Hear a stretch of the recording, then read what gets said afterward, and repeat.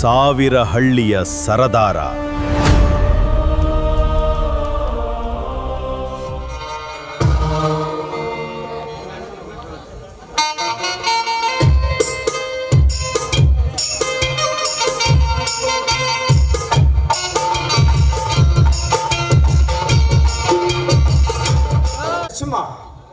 ಇವತ್ತು ನನ್ನ ಹುಟ್ಟುಹಬ್ಬ. ಈ ಹುಟ್ಟುಹಬ್ಬದ ಪ್ರಯುಕ್ತವಾಗಿ ಈ ನನ್ನ ಅಥಣಿ ಮತಕ್ಷೇತ್ರದ ಬಡ ಜನತೆಗೆ ಪ್ರತಿ ಕುಟುಂಬಕ್ಕೆ 1,000 ರೂಪಾಯಿ ಹಣ ಹಾಗೂ ಜೋಡಿ ಬಟ್ಟೆಯನ್ನು ಕೊಡಲು ನಿರ್ಧರಿಸಿದ್ದೇನೆ. ನರಸಿಂಹ, ನನ್ನ ಕ್ಷೇತ್ರದಲ್ಲಿರ್ತಕ್ಕಂಥ ಬಡ ಜನತೆ ಒಬ್ಬರು ಉಳಿಬಾರದು. ಎಲ್ಲರನ್ನು ಈ ಒಂದು ಕಾರ್ಯಕ್ರಮಕ್ಕೆ ಬರಲೇನು ಆಹ್ವಾನಿಸಬೇಕು. ಆಗಲಿ ಮಹಾಪ್ರಭು. ಎಲ್ಲ ನಾಗರಿಕರಲ್ಲಿ ವಿನಂತಿಸಿಕೊಳ್ಳುವುದೇನೆಂದರೆ, ನಮ್ಮ ಮಹಾರಾಜರ ಹುಟ್ಟುಹಬ್ಬದ ಪ್ರಯುಕ್ತವಾಗಿ ಎಲ್ಲ ಬಡವರಿಗೆ ಹಣ ಹಾಗೂ ಬಟ್ಟೆಯನ್ನು ದಾನ ಮಾಡಲಿದ್ದಾರೆ. ಆದ ಕಾರಣ ಎಲ್ಲ ಬಡವರು ಸಾಲಾಗಿ ಬಂದು ಈ ಅಲ್ಪ ಕಾಣಿಕೆಯನ್ನು ಸ್ವೀಕರಿಸಿಕೊಳ್ಳಬೇಕೆಂದು ವಿನಂತಿ.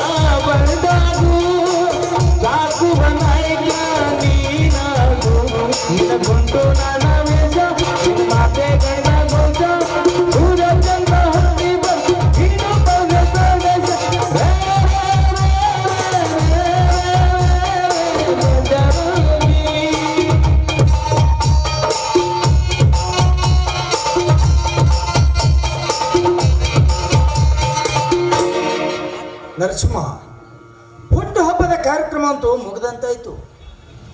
ನರಸಿಂಹ, ರೇಖಾ ಶಾಲೆಯಿಂದ ಬರುವ ವೇಳೆ ಐತಪ್ಪ.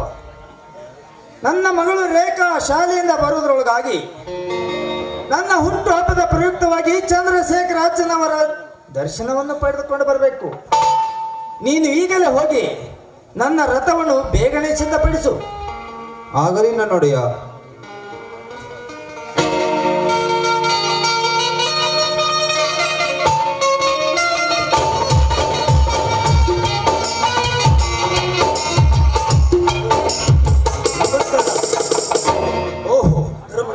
ರಾಜರು ಬರಬೇಕು.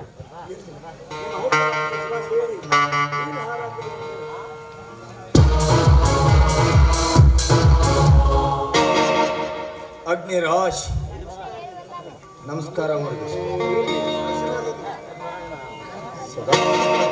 ಚಿನ್ನರೊಳಿಯಾಗಿರ್ತೀನಪ್ಪ.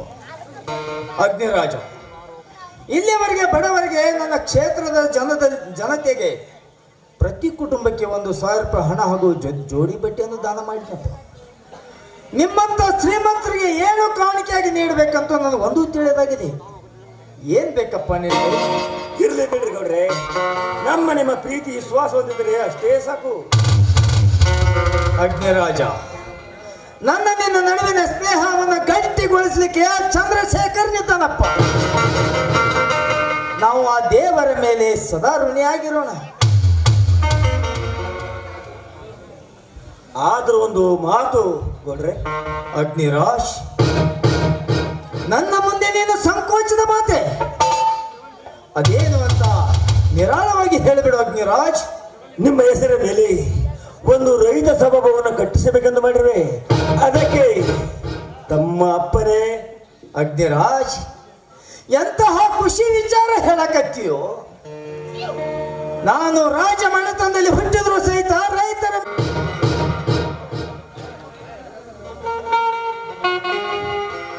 ತೆಗೆದುಕೋ. ಅಗ್ನಿರಾಜ್, ಇದು 50 ಲಕ್ಷ ರೂಪಾಯಿ ಚೆಕ್ ಅನ್ನು ಬರೆದುಕೊಂಡಿದ್ದೇನೆ.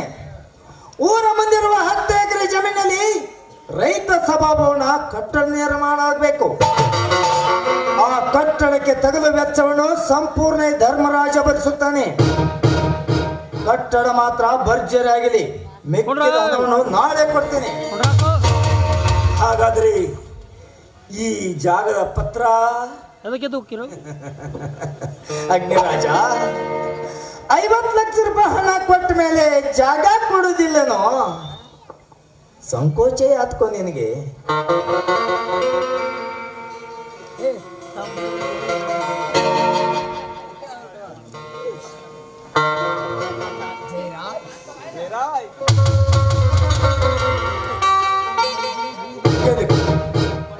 ಊರ ಮುಂದೆ ಇರ್ತಕ್ಕಂಥ 10 ಎಕರೆ ಜಮೀನನ್ನು ಸಂಪೂರ್ಣವಾಗಿ ರೈತ ಸಭಾಭವನಕ್ಕೆಂದು ಬರೆದಿದ್ದೇನೆ. ನಾಳೆಯಿಂದಲೇ ಈ ಕಾರ್ಯ ಪ್ರಾರಂಭವಾಗಲಿ ಅಗ್ನಿರಾಜ್, ವಿಳಂಬ ಬೇಡ. ಸಾವ್ಕಾರ. ಬೇಕಾದ್ರೂ ಹಣ ಖರ್ಚಾಗ್ಲಿ. ಸಾವುಕಾರ, ನೀವು ಮನುಷ್ಯರಲ್ರಿ, ದೇವ್ರ ಮಾನವರ ಗೊತ್ತು ಬಂದಿಲ್ಲ. ನಿಮ್ ನೋಡಿ ನಾಚಬೇಕ್ರಿ, ನಾಚಬೇಕ. ಏ ಮುರುಗೇಶ, ಶಾಶ್ವತವಾಗಿರುವುದು ಹಣ, ಆಸ್ತಿ, ಸಂಪತ್ತು ಅಲ್ಲೋ.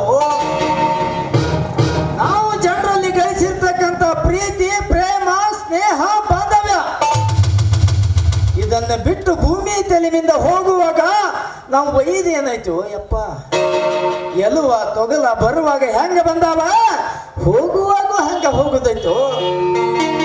ಇರುವುದ್ರೊಳಗೆ 4 ಜನರಿಗೆ ಒಳ್ಳೆ ಕಾರ್ಯ ಮಾಡಿ ಹೋಗುದಾಯ್ತು ಮುರುಗೇಶ. ಅಗ್ನಿರಾಜ, ನಾನು ಹುಟ್ಟು ಹಬ್ಬದ ಪ್ರಯುಕ್ತವಾಗಿ ಚಂದ್ರಶೇಖರಾಜನವರ ದೇವಸ್ಥಾನಕ್ಕೆ ಹೋಗಿ ದರ್ಶನವನ್ನು ಪಡೆದುಕೊಂಡು ಬರಬೇಕಾಗಿದೆ. ನೀನು ಮನೆ ಒಳಗಡೆ ಹೋಗಿ ಉಪಹಾರವನ್ನು ಸೇವಿಸಿಕೊಂಡು ನಿಧಾನವಾಗಿ ಹೋಗಿಬಿಡು. ನಾನೇನು ಬರಲೇ?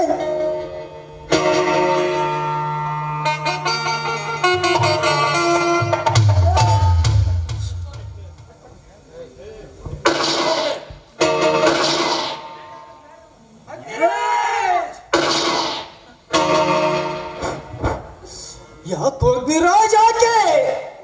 ನಾನೇನು ತಪ್ಪು ಮಾಡಿಲ್ಲ, ನನಗೆ ಕೊಂಡು ಹಾರಿಸಿಕೊಂಡು ಬಿಟ್ಟು.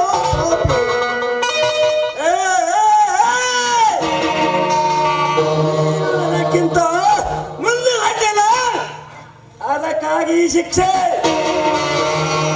ಅಗ್ನಿರಾಜ, ನಾನೆಲ್ಲಿ ನಿನಗಿಂತ ಮುಂದಾಗಿ ಮೆರೆದಿದ್ದೋ ಪಾಪಿ. ನಾನು ಮುಂದಾಗಿ ಮೆರೆಯಲಿಕ್ಕೆ ಮುಂದೆ ಕುಳಿತಂತ ಜನತೆ ನನ್ನನ್ನು ಮೆರೆದಿದ್ದಪ್ಪ. ಆದ್ರೆ ನಾನೇನು ತಪ್ಪು ಮಾಡಿದೆ, ನನ್ನ ಪ್ರಾಣವನ್ನೇ ತೆಗೆದುಕೊಂಡು ಪಾಪಿ.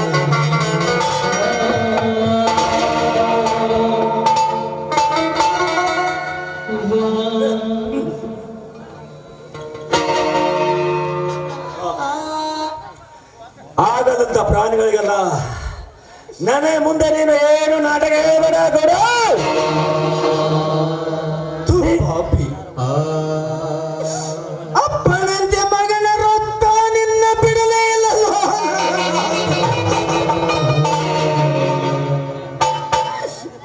ನಿನ್ನ ತಂದೆ ಮೈ ತುಂಬಾ ವಿಷವೇ ತುಂಬಿಕೊಂಡಿತ್ತು. ಆದ್ರೆ ಅವನ ಕರಳು ಬಲ್ಲೆ ಕುಡಿ ನೀನು ಕೂಡ ವಿಷವನ್ನೇ ಬೆರೆಸಿಕೊಂಡಲ್ಲೋ ಪಾಪಿ.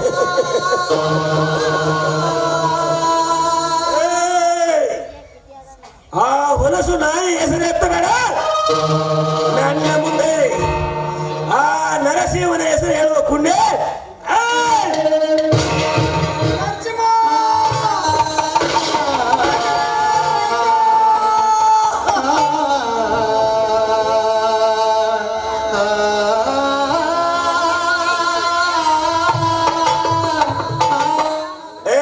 ಮೃಗೇಶ, ಹೇಳ್ರಿ ಸಾವುಕಾರ, ಹೇಳ್ರಿ. ಫೋಟೋ ಯಾಕೆ ಹೊಡ್ಕೊಂಡ್ರೆ ಮಗ? ಸಾವುಕಾರ, ಸಭಾಭವನಕ್ಕೆ 50,000 ರೂಪಾಯಿ ಕೊಟ್ಟಾನ್ರಿ. ಮತ್ತ ಜಾಗ ಸಭಾಭವನಕ್ಕೆ 50 ಎಕರೆ ಹೊಲಾನು ಕೊಟ್ಟಾನ್ರಿ. ಪಾಪ ಪುಣ್ಯಾತ್ಮ ರೀ ಅವ. ಅವನೊಂದು ಫೋಟೋ, ಬವ್ವಂದ ಒಂದು ಫೋಟೋ ಇರ್ಲಿ ಅಂತ ಹೇಳಿ ಒಂದು ಫೋಟೋ ಹೊಡ್ಕೊಂಡೇನ್ರಿ ಸಾವುಕಾರ. ಅನಿ, ಬೇಗ ನಡಿ, ನರಸಿಂಹ ಬರ್ತಾ ಇದ್ದಾನೆ. ಅವನಿಗೆ ಸರಿಯಾದ ಪಾಠ ಕಲಿಸೋಣ ಬನ್ನಿ.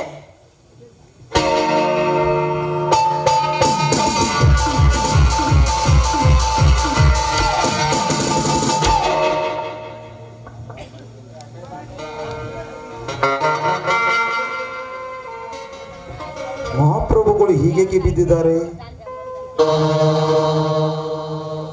ಏನಿದು ಮೈಯೆಲ್ಲ ರಕ್ತ?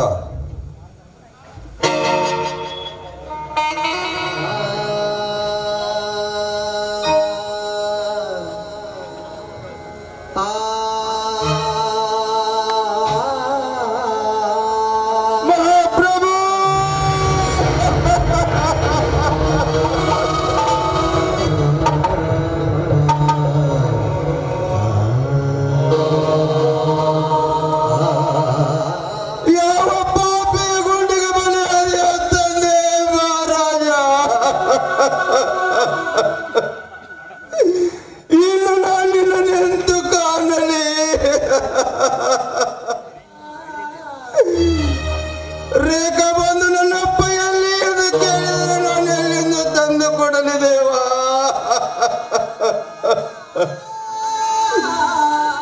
ನಾನಿನ್ನ ಸೇವಕನಾಗಿದ್ದು ಸತ್ತಂತೆ ಆಯಿತು ತಂದೆ.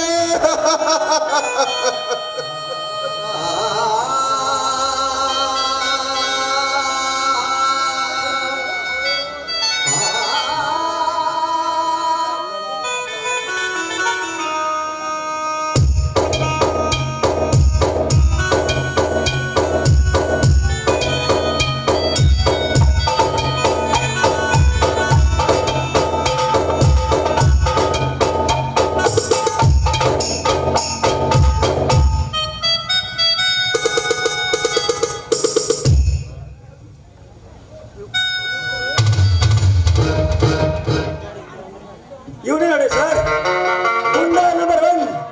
ಈ ಗೌಡರ ಕೊಲೆ ಇವನೇ ಮಾಡಿದಾನೆ. ಅರೆಸ್ಟ್ ಮಾಡಿ ನೀನು.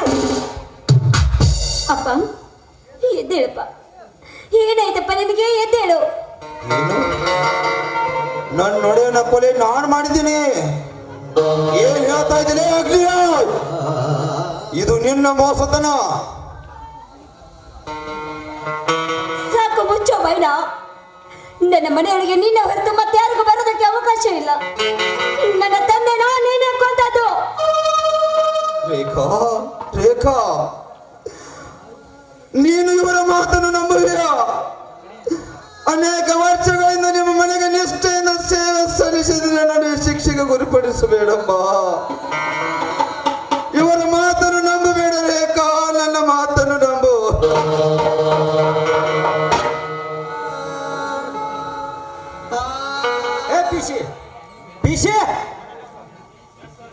ಈ ಕೊಲೆಯನ್ನು ನರಸಿಂಹನೇ ಮಾಡಿದ್ದಾನೆ. ಇವನನ್ನು ಅರೆಸ್ಟ್ ಮಾಡಿ.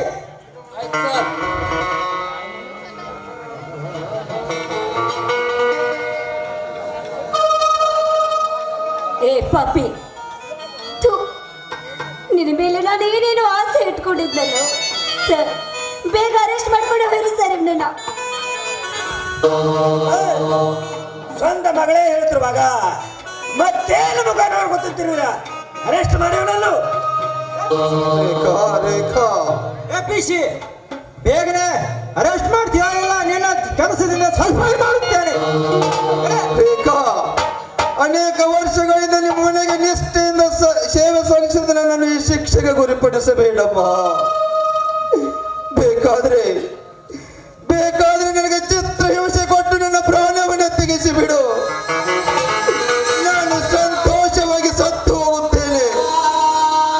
ಆದರೆ ನನಗೆ ಅನ್ನ ಹಾಕಿದೆ ನಾಡಿನ ಪುಣ್ಯದಾತನ ನೀವು ನೇಕೊಂದಿಲ್ಲದೆ ಹೇಳಬೇಡ ರೇಖಾ. ನಿನಗೆ ಕೈ ಮುಗಿದು ಕೇಳಿಕೊಳ್ಳುತ್ತೇನೆ. ಸಾಕು ಮುಚ್ಚೋ ಬೈನ. ಈ ಮಾಡಿದ ಕೊಲೆನ ಮುಚ್ಚಿ ಹಾಕೋದಕ್ಕೋಸ್ಕರ ಈ ರೀತಿ ಮಾತಾಡ್ತಾ ಇದ್ದೇನು? ನನಗೆ ಚೆನ್ನಾಗಿ ಗೊತ್ತು, ನನ್ನ ತಂದೆ ಕೊಲೆ ನೀನೇ ಮಾಡಿದ್ದು. ನಾನೇ ನನ್ನ ಕಣ್ಣಾರೆ ನೋಡಿದ್ದೀನಿ. ನೋಡು, ನಿನ್ನ ಮುಖ ನೋಡೋದಕ್ಕೂ ನನಗೆ ನಾಚಿಕೆ ಆಗ್ತಾ ಇದೆ. ಹೋಗು, ನನ್ನ ಕಣ್ಮುಂದೆ ಒಂದು ಕ್ಷಣ ನಿಲ್ಬೇಡ. I say first get out. ಏ ಇನ್ಸ್ಪೆಕ್ಟರ್ ಡ್ರೈವರ್, ಏನು ಮುಖ ನೋಡ್ತಿರ್ತೀರ? ಬೇಗ ಇವನನ್ನು ಅರೆಸ್ಟ್ ಮಾಡಿ. ಲೇ ಅಗ್ನಿರಾಜ್, ಮೋಸದಿಂದ ನೀನೇನು ನಡೆಯನ್ನು ಕೊಂದು ಈ ಆಟ ಹೂಡಿಕೊಂಡು ಬಂದ್ರು ಮಗನೇ. ಇಂದಿಲ್ಲ ನಾಳೆ ಈ ಒಳಸಂಚನ ಕೊಲೆಯನ್ನು ಪತ್ತೆ ಹಚ್ಚಿಸಿ ನಿರ್ದೋಷಿಯಾಗಿ ಬಂದು ನನ್ನ ನಡೆಯನ್ನು ಕೊಂದ ಚಾಣಾಲನ ರಕ್ತ ಕುಡಿಯೋದನ್ನ ಬಿಡಲಾರೆ. ನೀನು ನಾವು ಹೇಳಿದ ಹಾಗೆ ಕೇಳಿದರೆ ಸರಿ, ಇಲ್ಲ ಅಂದ್ರೆ ಕೆಲಸನೇ ಬ್ಯಾರೆ ಇದೆ. ಪಿಶೆ ಒಂದ್ಸಲ ಹೇಳಿದ, ಒಂದ್ಸಲ ಅಷ್ಟೇ, 2 ಸಲ ಹೇಳಿದ್ರೆ ಮಗನೇ ನಿನ್ನೆ ಕೆಲಸದ ಸಸ್ಪೆಂಡ್.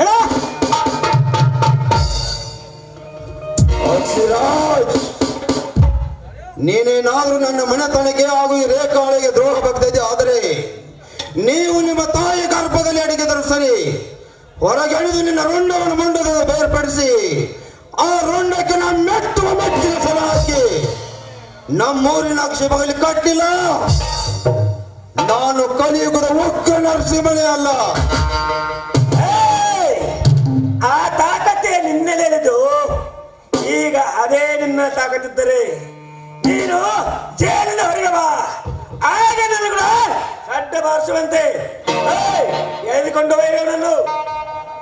ನ್ಯಾಯ ಎಲ್ಲಿದೆ, ನ್ಯಾಯ ಎಲ್ಲಿದೆ, ಎಲ್ಲಿದೆಯೋ ನ್ಯಾಯ,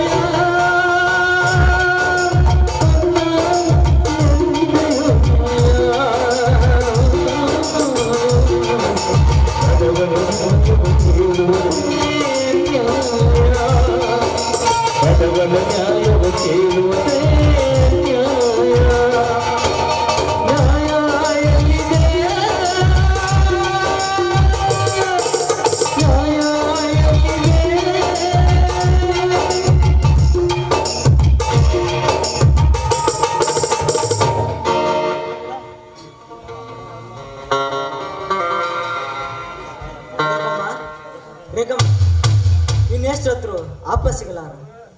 ಬನ್ನಿ, ಇನ್ನು ತಂದೆಯವರ ಅಂತ್ಯಕ್ರಿಯೆ ಮಾಡೋಣ. ನಿಮ್ಮ ರಕ್ಷಣೆಗೆ ಮದ ಗಜಗಳಂತೆ ನಾವಿದ್ದೀವಿ. ಬನ್ನಿ, ಮುಂದಿನ ಕೆಲಸ ನೋಡೋಣ. ಬನ್ನಿ. ಇಲ್ಲ, ಆದರೂ ಈ ಕೊಲೆನ ನಾನು CBI ತನಿಖೆಗೆ ಒಪ್ಪಿಸಲೇಬೇಕು. ಆಯ್ತು, ನಿಮ್ಮ ಅಪ್ಪನೇ ಅಂತೆ ಆಗಲಿ.